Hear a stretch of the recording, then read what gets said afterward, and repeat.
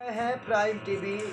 हम अपनी दस्तक लगातार अब तक बनाए हुए हैं और आप तक हर खबर जो ज़मीनी हकीकत पर पहुंचती रहती है वो हम आप तक पहुंचाते हैं। हम उन खबरों का भी जिक्र करते हैं जहां मीडिया नहीं पहुंच पाती किन्हीं कारणों बस समय के अभाववश। लेकिन यहां पर आप देख रहे होंगे अखिल भारतीय गौ सुरक्षा यात्रा। ये यात्रा 90 दिन पहले निकली थी, राजधानी दिल्ली से रवाना हुई थी गंगा सागर के लिए। बहुत सारे जनपदों से होकर, बहुत सारे तीर्थस्थलों से होकर ये लोग गंगा सागर को गए और वहाँ से जब वापसी होने लगी तो अब कार्यक्रम का समापन दिवस यानी कि 31 दिसंबर को था। यहाँ से जब ये दिल्ली को रवाना हो रहे थे तो प्रांतीय मंत्री का जो आवास है, जो जनपद जौनपुर में पड़ता है, गौरा बादशाहपुर कस्बे में जो नगर पंचायत भी है, यहाँ पर डॉक्टर जयसिंह राजपूत के यहाँ ये टीम दस्तक दी हुई है और यहाँ कार्यक्रम चल रहा है। इस कार्यक्रम का सिर्फ और सिर्फ एक ही मूल सिद्धांत है कि जो आज गौ माता की सुरक्षा और उनकी आस्था के प्रति जो विहीनता आ रही है, जो छीड़ भावनाएं हो रही हैं लोगों की, उस पे लोग प्रशस्त रहें, कटिबद्ध रहें।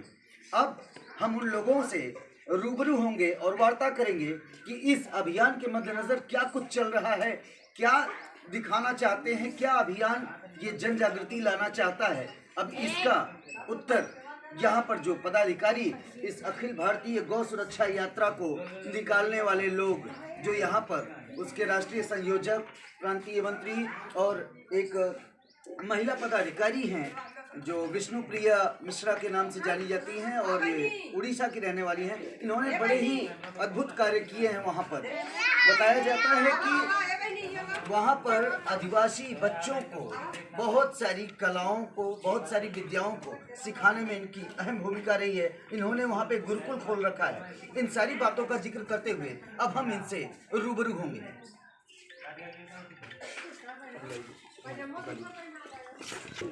हमारे समक्ष जो मुख्य अतिथि के रूप में इस यात्रा के नायक बैठे हैं, हम उनसे जानना चाहेंगे क्या कुछ चल रहा है इस यात्रा के दौरान और क्या संदेश देना चाहते हैं इस देश में।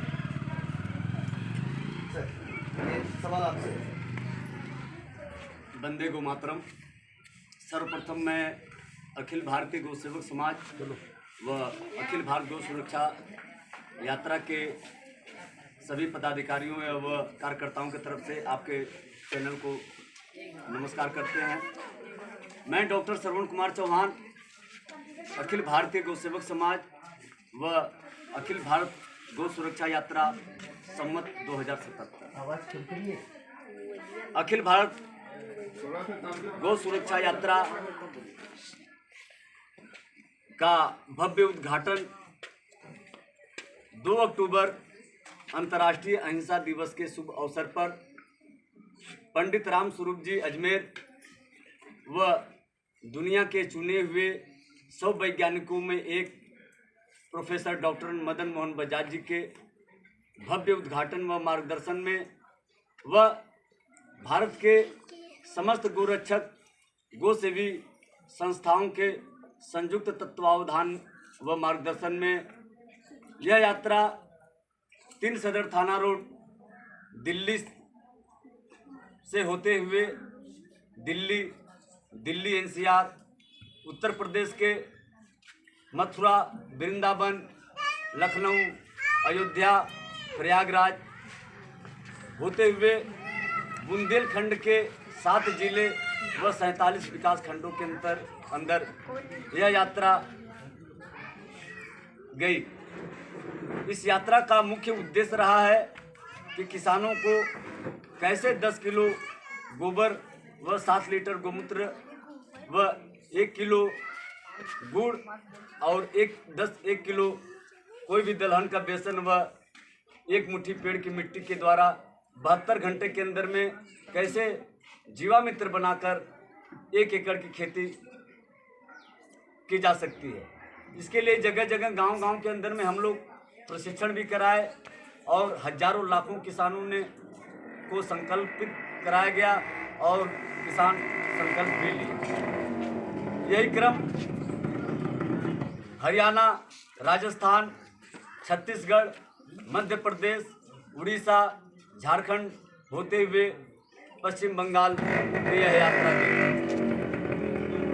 सर ये क्या उत्तर भारत के लिए ही है या ये पूरे पूरे पूरे देश के लिए साउथ का जितना ऐसा है कि साउथ का एक्चुअली इस यात्रा की पूरी आगे से कोई प्लान नहीं रहा। 3 दिन के अंदर में पूरा यात्रा का प्लान बना।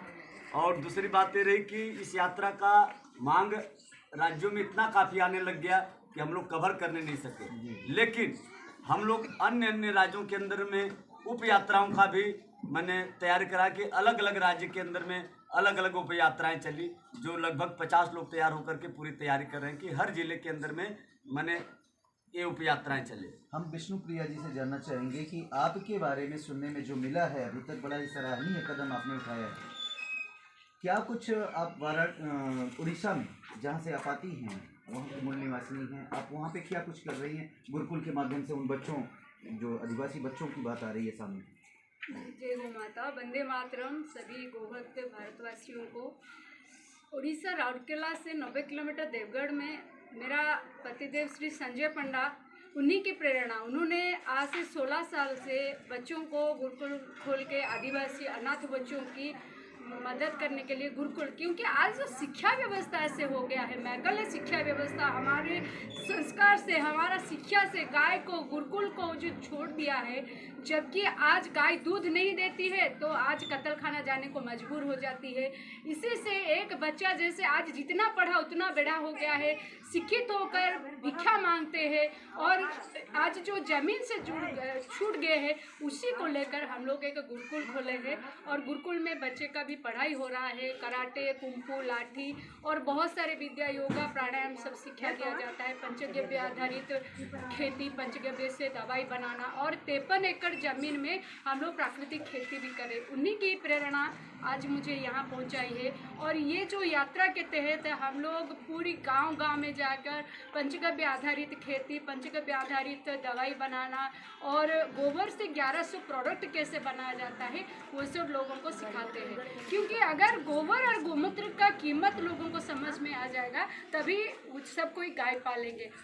और अभी ये समय आया है, बस नारा से नहीं, गाय दान से नहीं, विज्ञान से बच सकती है, इसको सिद्ध करके दिखाना है। एक अंतिम प्रश्न आप दोनों से रहेगा क्योंकि समय का भी अभाव है और मैं ये जानना चाहूँगा कि जो स्लाटर हाउसेज बंद हुई उत्तर प्रदेश में, खास करके सरकार ने ये मुहिम चलाई, उससे वंचित जो गौ माता, मवेशी, छोटा पशु की बातें सामने आ रही हैं, ये बड़ा ही अपने आप में शर्मसार और विचारणीय है।